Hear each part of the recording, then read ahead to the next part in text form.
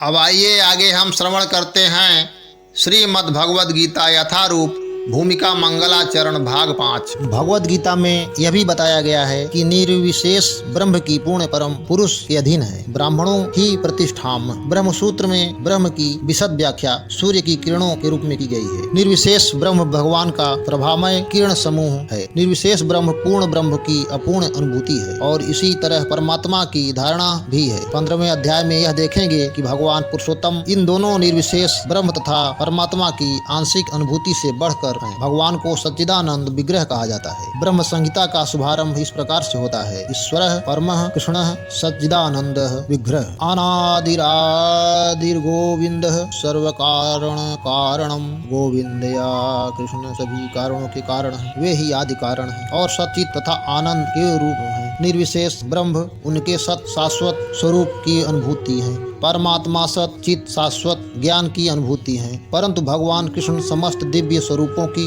अनुभूति है, सतचित आनंद के पूर्ण विग्रह में है। अल्पज्ञानी लोग परम सत्य को निर्विशेष मानते हैं, लेकिन वे हैं दिव्य पुरुष और इसकी पुष्टि समस्त है। जिस प्रकार हम जीव हैं और हम सबकी अपनी अपनी व्यष्टि सत्ता है, उसी प्रकार परम सत्य भी अंततः एक व्यक्ति है और वह भगवान की अनुभूति उनके पूर्ण स्वरूप में समस्त दिव्य लक्षणों से ही अनुभूति है। यह पूर्णता रूप विहीन निराकार नहीं है। यदि वह निराकार है या किसी अन्य वस्तु से घटकर है तो वह सर्वथा पूर्ण नहीं हो सकता। जो सर्वथा पूर्ण है उसे हमारे लिए अनुभव गम्य तथा अनुभवातीत हर वस्तुओं से युक्त होना चाहिए, अन्यथा वह पूर्ण नहीं हो सकता। पूर्ण भगवान में अपार शक्तियां हैं। परास्य शक्तिर्विधैव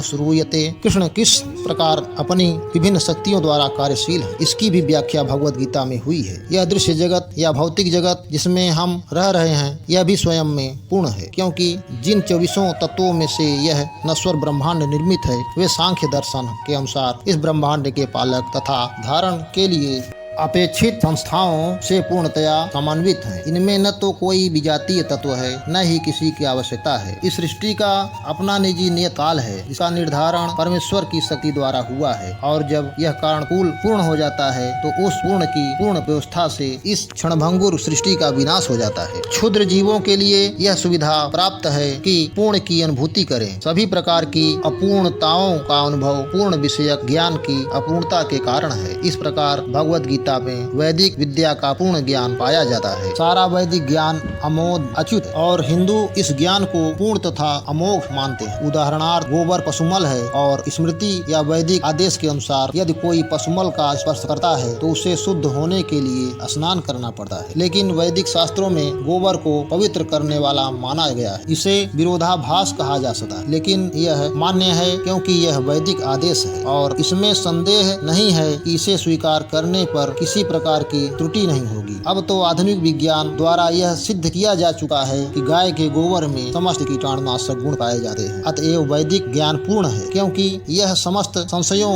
एवं त्रुटियों से परे है और भगवद गीता समस्त वैदिक ज्ञान का सार है। वैदिक ज्ञान शोध का विषय नहीं। हमारा शोध कार्य अपूर्ण है, क्योंकि हम अपूर्ण इंद्रियों के द्वारा शोध करते हैं। हमें पहले से चले आ रहे पूर्ण ज्ञान को परंपरा द्वारा स्वीकार करना होगा।